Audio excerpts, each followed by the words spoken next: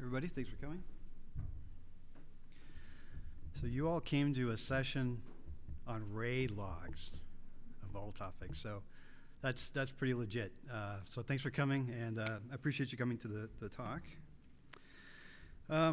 So that's me going into a steering committee meeting, but so I have two jobs that I absolutely love. So one of them is I'm one of the co-hosts, as mentioned, for Project Management Happy Hour. And it's a lot of fun. And as I say on the beginning of almost every episode, I've made all the mistakes that I'm going to try to help you avoid today. And that certainly applies to today's presentation. As part of, as a co-host for PM Happy Hour, I'm really lucky because I get to talk to a lot of really cool people. I get to have great hosts on the program or guests on the program who are experts in project management, change management, and other professional areas. But my favorite part of being on PM Happy Hour is that I get to talk to our listeners. I get to engage directly with the people who would listen to a project management podcast, who are people that are really passionate about project management.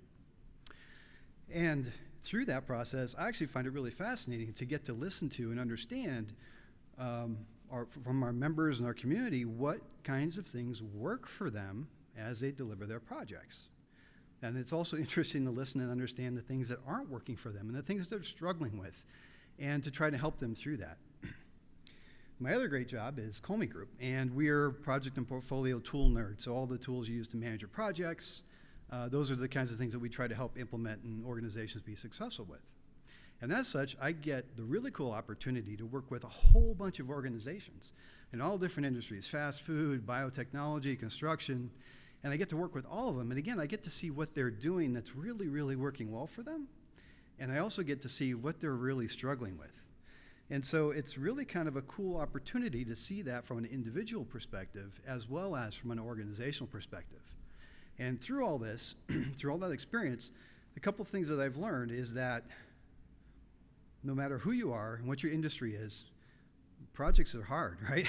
And I think we all know this. Project management is a messy, messy business. And that's why it takes leaders to try and get these things done. The other thing that I found, kind of the universal truth, is that in my experience, projects go wrong because of the basics. It's the fundamentals. It's not that you didn't have a 500-line project plan. It's not that you didn't do a PERT analysis or run your Monte Carlo analysis. It's not all those fancy things. It's really the basics, the fundamentals. And that's where projects go wrong, and that's where we end up struggling as project managers to try to bring them back on track. And that's really the topic of what I'm going to talk about today, is just a tool that's really focused on helping you stay on top of and keep track of the basics. Now, some of those basics we might used to seeing as problems for projects, or maybe communications or requirements, but how do you manage those, and how do you make sure that your project stays on top of those things? Because when a project goes wrong, at first you may not know why it's going wrong. Even if it's your own project, you can sense maybe something's going wrong, but it's hard to say, okay, what's going wrong, why is it going off? And if you're called in to help a colleague or help rescue a project that's in trouble, it's a little bit of a scramble to figure out what is going wrong with this. And so I'll tell you a little story when I kind of got pulled into a position like that. I took a role some years ago as a lead for the PMO. It was a global technology integrator, and they had a European operation. They said, hey, we want to build a professional services organization across all of Europe. And we want you to come help build the PMO and help find a way to help us deliver this as a unified organization across all these European countries. And that sounded like a lot of fun, and it was. So, of course, I took the job, but I was kind of commuting back and forth to Europe, most of the time trying to stay at home and work remotely. But one Friday morning, my time, which is Friday afternoon their time, not long after I started, I got a phone call. And they said, hey, well, they didn't say hey, but they said, we've got a problem, and since now you're in charge of the PMO, it's your problem, and you need to come fix it. And the problem is that we had a team that was in the UK. They were working for a municipality up in the UK Midlands, and they were delivering a project. Our organization was delivering a project for this municipality. And the project was going so wrong that we were going to charge the customer, close to 200,000 pounds or something like this. But it was going so wrong, the customer had sent a legal letter, and they said, not only are we going to terminate the project because you are doing so poorly at delivering this project, we're going to charge you, your organization, 70,000 pounds for the pain that you put us through. And so I was on a plane that weekend, landed in, and by Monday, late morning, the following Monday, I was jet lagged, exhausted, drinking coffee, sitting in a dank conference room somewhere in the UK Midlands, getting roasted by the customers team, the customers for the project. They were absolutely roasting us and tearing us apart because the team that was in charge of the project, they weren't managing it well. They weren't on top of things. All these problems kept going. They just went on, and we just kind of just let them go, let them talk through the problem, ask a couple questions, but let them go through. And at the end of it, I said, okay, understand that, and we'll see if we can fix that. Can you show me your RAID log, please? And they all stopped and they looked at each other, and they didn't know how to respond to that. And I said, well, do you have somewhere documented where all these problems, you've tracked all these things? No good answer there. And I said, all right. I flipped open my laptop, created a brand new RAID log, put it in the overhead projector, and I said, okay, let's begin. And I'll come back to that story in a bit, but first, let's talk about what a RAID log is. Who here has used a RAID log? Superstars. All right. So a RAID log, in its most simple form, is really just a spreadsheet, right? It's just an Excel spreadsheet, and it's kind of old school. I mean, I don't even know really where it came from. I've tried to research it. I can't find where it came from, but it's been around for decades and decades. And it's just a basic Excel spreadsheet with at least 4 tabs. You've got risks, actions, issues, and decisions. And that's it. And you use that to run your project and also to perform some ad hoc planning. It's really basic, but it's a fundamental tool that I think a lot of us, and I know for me, myself included, there was a time when I just really drifted away from it. I got into other things, other tools, other ways to manage. But I found that when I had projects go off track, when I had to go help someone else with a project that had gone off track, I always find that I gravitate straight to my RAID log and I hang on to it, and it really helps. And today I'll talk through how to use a RAID log and maybe some new ways to use a RAID log that you've not have heard of before. And I found this out. So I actually sat down and I wrote a book on RAID logs, The Ultimate Guide to RAID Log, which will be released in October. If you stop by, you can sign up and we'll let you know when it comes out.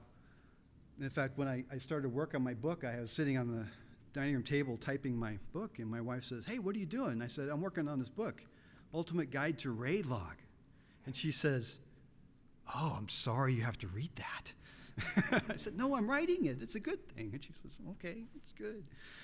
But I promise it's good. I've got a few stories in there, and then I've got a lot of other material we won't cover today. But let's talk about why would you bother with a RAID log? And quiz question, why do most projects go wrong? Because of the yes, that's true. But because of the basics. And that's really what a RAID log focuses on. They're just the basics of your project and managing that project. Now, why do projects go wrong? Let's get a little more specific. Well, typically in my experience, my perspective, projects don't usually go wrong because of all the tasks that you have in your plan, right? They don't fail because you've got, these tasks or this schedule, you miss something here with the tasks. It's about the things that go around the tasks, the things that you have to do to make sure those activities get done in your plan. And that usually comes down to the problems that you see or maybe risks that you didn't manage or identify. It could be issues that you're not really on top of or haven't really tracked or haven't resolved. It's maybe action items that you haven't kept on top of, and then poorly made decisions, or worse, decisions that didn't actually officially get made. And if you can keep on top of these things, it can really help you greatly make sure that your project is successful. And if your project starts to slip, that's probably the first place you want to go to try and pull it back on track. Now, the RAID log is really more of an operational tool. You can do some planning in it. In fact, most of the planning that you would do in a RAID log is going to be mostly ad hoc in nature. Risks, of course, you'll plan on that more up front, but the real value of the RAID log is helping you with that ongoing run operation. The worst thing you can do with a RAID log is to start at the beginning of your project. Oh, look, I've got my RAID, I've got my risk log, I've got 50 risks here, I've got them all scored, I did my quantifiable quantitative assessment, and then it sits on the SharePoint site somewhere and nobody ever opens it again. Is what you want to do is you need to keep that out. You need to keep using it, and I'll talk more about that here in a moment, but it's that operational aspect of project management this can be really useful for. Now, has anybody heard of a RAID log not being about risks, actions, issues, and decisions, but being about more assumptions and dependencies instead? Anybody ever heard that? Some people will spell RAID with assumptions and dependencies instead of action items and decisions. And the reason I don't like this as much, I mean, these are good, you certainly need to track those, is because when you look at assumptions and you look at dependencies, those are more planning kind of things, right? And in fact, if you're going to track those on an ongoing basis, both of those items they fall into the category of risk. So they should already be in your risk log as things that could go wrong, right? I planned this project with this assumption.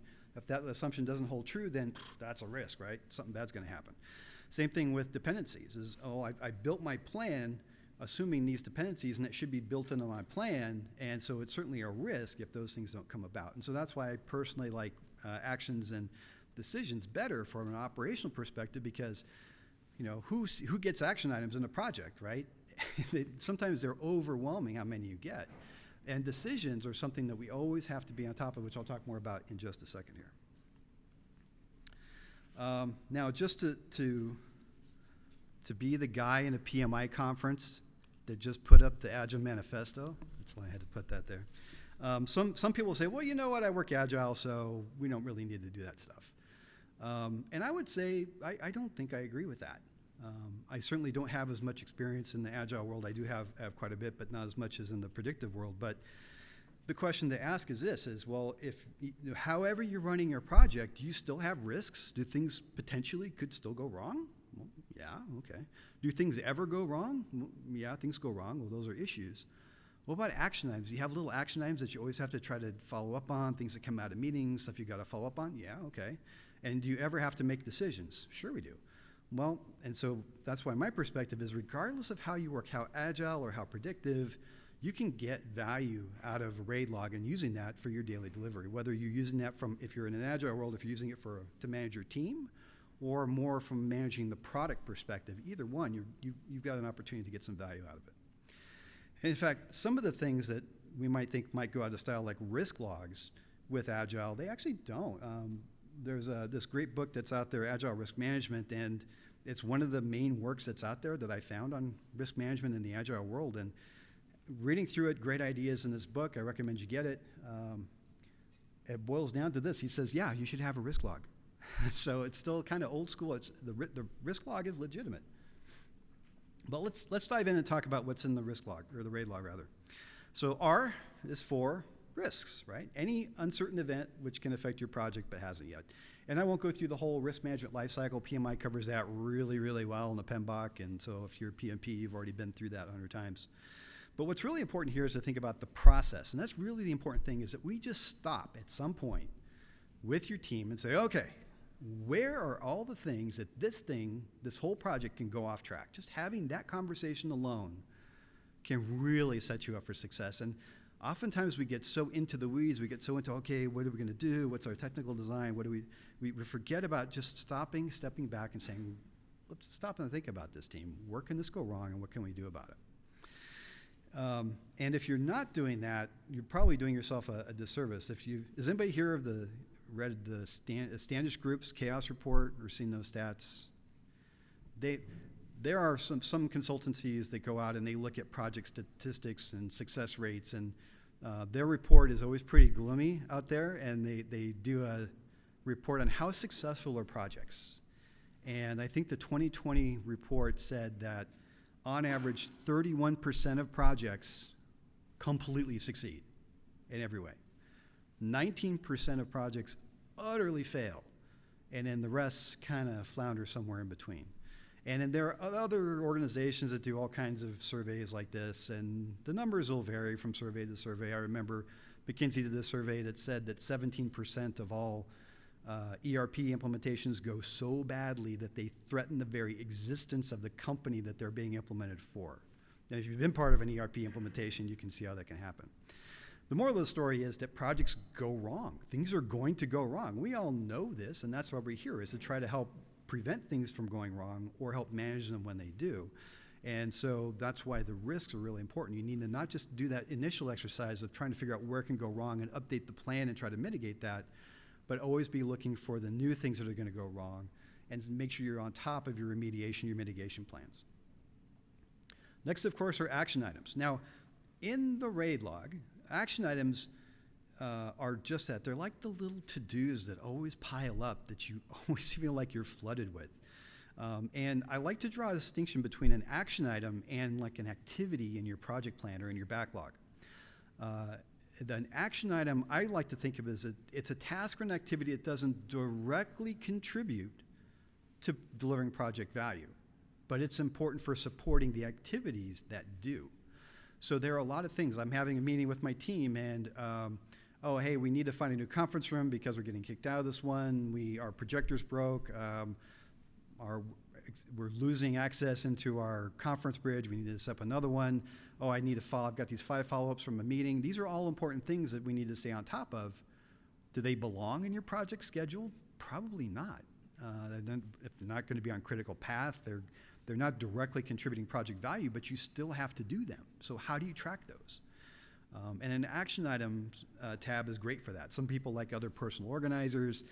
I like the context of putting it all into the RAID log, so it's all in one place, my activities, my risks, my issues, and so on. So the idea of keeping your action items here is to just have a central place where you can keep on top of them, and also so you can track what you delegate. As leaders, especially if we come from being a little more technical, we kind of want to hold on to our activities. We want to be I've got to make sure it gets done, so I've got to do it. It can provide a measure of reassurance if you can track the delegation and assign it to somebody else and give yourself a little bit of assurance that you know who's in charge of it and you can stay on top of it. Issues. All right. Nobody ever really gets through an issue and says, gosh, I'd like to have some more of that.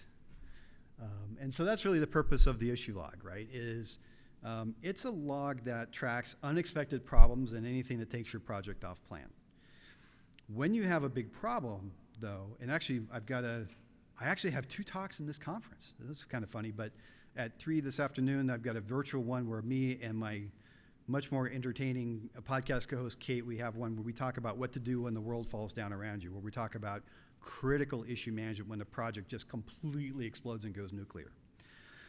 Part of that is that having a platform you can go to and track what's going on and communicate through, and that's really where having an issue log really pays for itself, is you've got a central place where you and everyone on your team can go to and see this is the latest update on this issue, where you can track, say, I think we have an issue here, put it there, and then you can gradually understand and research, and it's a vehicle for researching, understand the impacts, and then it actually can develop into a bit of a life cycle. So it's not just, okay, issue's done, we walk away. No, there might be some mop-up and remediation that has to happen after the fact. There might even be some root cause analysis and some long-term fixes that have to be put in place. And if it's a really bad issue, you're going to be asked to document what happened in that disaster. What did you do, like hour by hour? And I've been in those situations, and I tell you, having a platform like this, something that you can log out, is really going to save your bacon, or at least going to save you hours and hours of going through emails and trying to reconstruct events after the fact.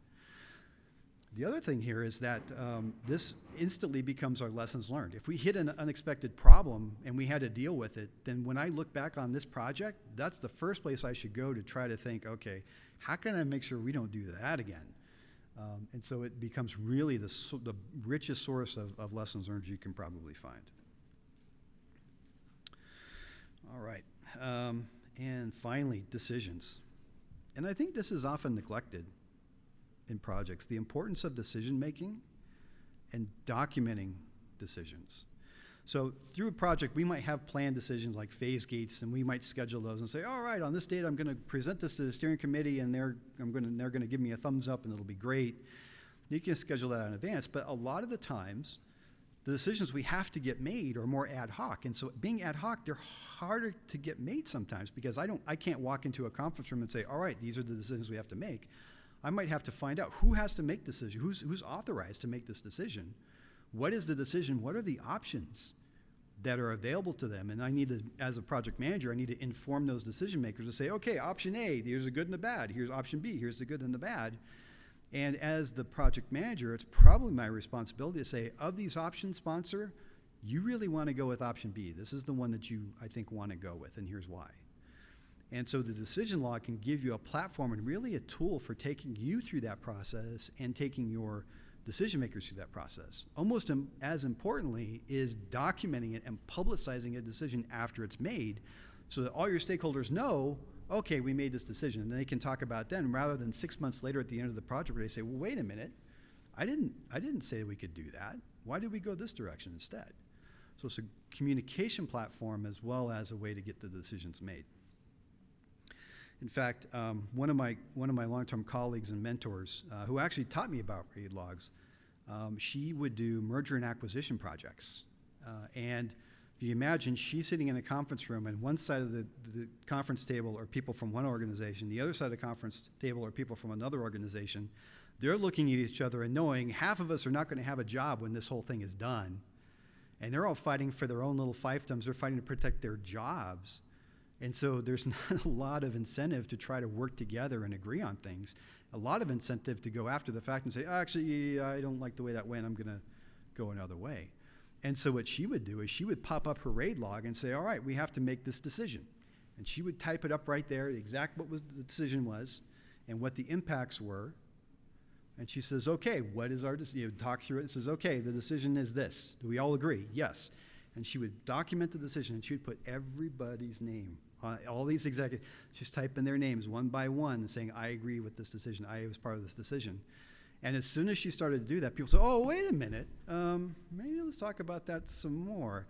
And so that you forced an engagement from the team members' presence because they realized, oh my gosh, my name is going by this decision. I need to take this seriously because I know I'm going to be held accountable for it. And this is really the power of the decision log, is to set that down. It's also really good after the fact, and I don't know if you've experienced this, but you get towards the end of the project and maybe some sponsors, stakeholders have changed out, or someone new comes into the project and they say, well, why did you do it this way? Why did you make these decisions? It is so empowering to be able to say, well, let me pull up my decision log and I'll tell you exactly why we did this and who was part of it and why we did it that way. And maybe the reasons that we did it that back then don't make sense now, but at the time they made sense. And so it's a great tool for that. And it really helps. It doesn't always prevent waffling and revisiting decisions, but it sure can make that a more deliberate process when you have to. And those are the basic RAID, R-A-I-D. Now, can you add more tabs? Oh, heck yeah. In fact, that's one of my favorite things about a RAID log, and why it can be so useful is because it is the ultimate agile tool. Hey, I need a new tab for this or for that.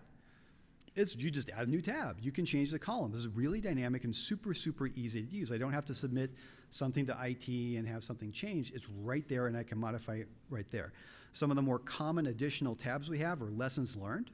What better place to capture lessons learned every step of the way than in your RAID log that you've got popped up in front of you for every status meeting? Your change log, any major changes to your project, right there, right in front of you. You can see every change it's made, what's the status, and so on. It's also super handy to have some kind of a stakeholder list, contact register, contact list, and maybe RACI as well, all in one place. It's super handy. You can even add things like a calendar of key events, who's on vacation when, PTO. I've even seen it turned into a full-on resource plan, which you can do if you don't have another tool, but it can be right there. If you are, especially if you're delivering professional services or you have very key milestones to track, it's really nice to just have one place in your document where you can list those key milestones and where you're at on those. Of course, you've got those in your schedule as well, and it's very important to have them there, but it's also nice to be able to just pop that up when you're sitting with a sponsor or stakeholder and say, well, here's our 6 milestones and here's our progress on each one of them. And then, of course, although I said earlier, dependencies don't always belong there, actions and dependencies, or assumptions and dependencies, I will say in certain circumstances, external dependency tracking in a RAID log really can save your bacon. And so if we go back, remember our friends in the UK in our stuffy, slightly mildewy conference room? It was so sweet. So I sat there and said, all right, let's start a RAID log. And I just started, okay, what is the biggest problem we have right now? And just pulled it out of them. It was very cathartic. It was, okay, let's talk about issue number one. And I put it up so we could just type through it together and feel the pain together and understand everything. So they knew we understood everything that was making them angry and upset. Next issue, next issue, next issue, next issue. And it was a pretty long list. And we got to the end, and I said, any more issues? And I said, finally, no, I think that's about it. And so we looked at it and looked at these and said, I'm looking at these issues, and what I see here are mostly external dependencies, because our team was saying we needed you to do all these things and get them ready for us before we could do anything. And you didn't do them. And they said, well, I didn't know we were supposed to do them. I said, well, there's a problem right there. Let's create a new tab for external dependencies, and let's just go through all the things that our team is waiting on your team to do before we can do our thing. Okay, let's do that. So we pull them, and we started to develop this list of external dependencies. And we were there for hours. We spent at least, I think, the whole day in this exercise just doing issues and going through the dependencies. And what was really magical through that experience, especially towards the afternoon, was that instead of our side of the table against that side of the table, it was both sides of the table working together against the problems that we had identified in the RAID log. And so what we did was we took that conflict that we had between us and externalized it and turned it into something concrete that we could look at, that we could understand, that we could collaborate on, and we could work with to try and resolve. And this really goes to illustrate one of the key principles of RAID logs and really tools in general that I found kind of the hard way, definitely the hard way, and it's this. The more chaotic the environment that you're in, critical issues, projects that are starting to collapse and fail, the more contentious the environment is between the stakeholders, the more people will gravitate to the simplicity of a RAID log. It's simple. Once you show it to somebody, you can understand it. And that's what happened to us. And so so that was the first day, was we got through in the UK, we got through our list of items, and we started working through them. We said, okay, what are the next steps? Flip over to action items. What are the next things we got to do? Boom, boom, boom, boom, boom. And okay, we're here and things are already bad, but where could they get worse? Where can we go even further off track? Is there anything impending or completely terrible that's just about to happen we need to think about? And so what started to happen, which was pretty amazing, is that we'd be having a conversation with the stakeholders in the UK, and they'd say, oh, that's a new item.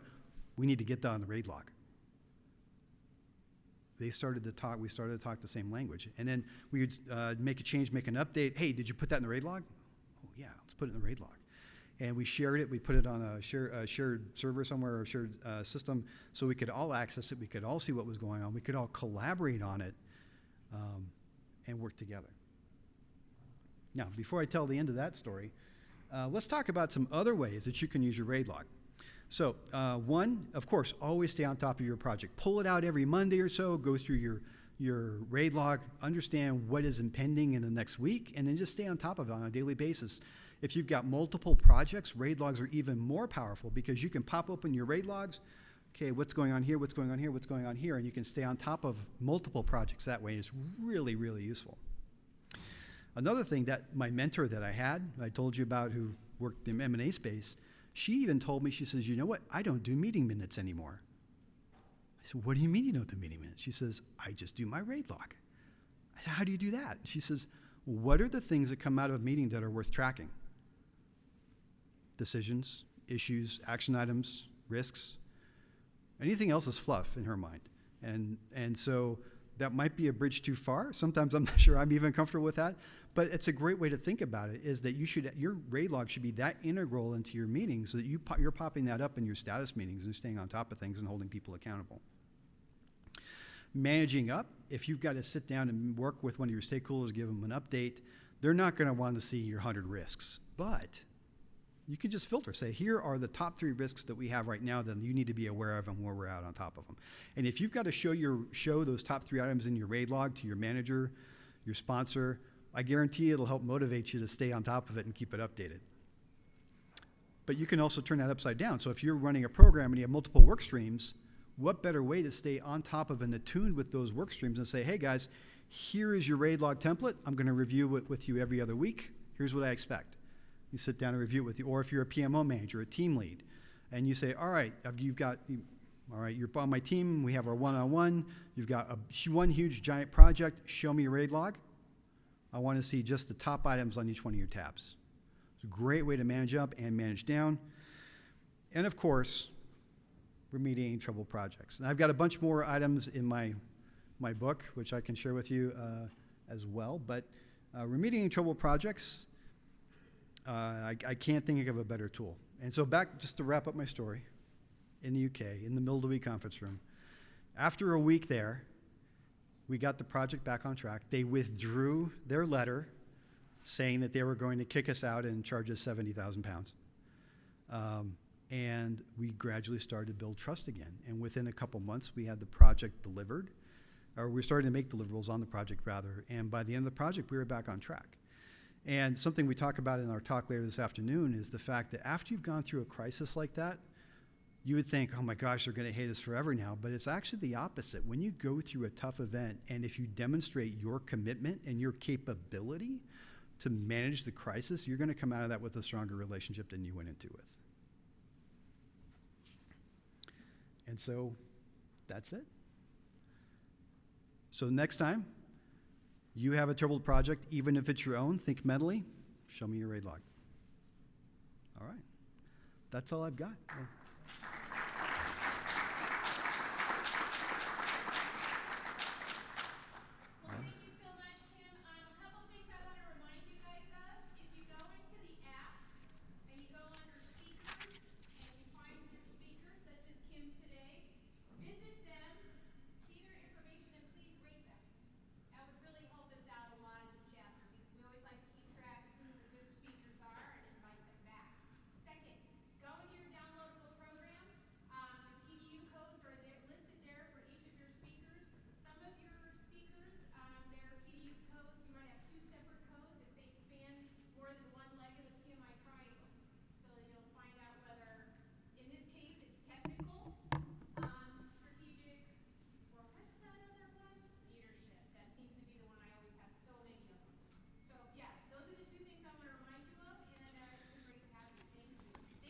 Thank you. One other thing, if you're going to rate me, come down and get free coasters at my booth. I'll give you a whole bunch. I tried to hand some out, but I ran out, so please come down and get some more. Say hi. Love to talk with you. All right. Thanks, everybody.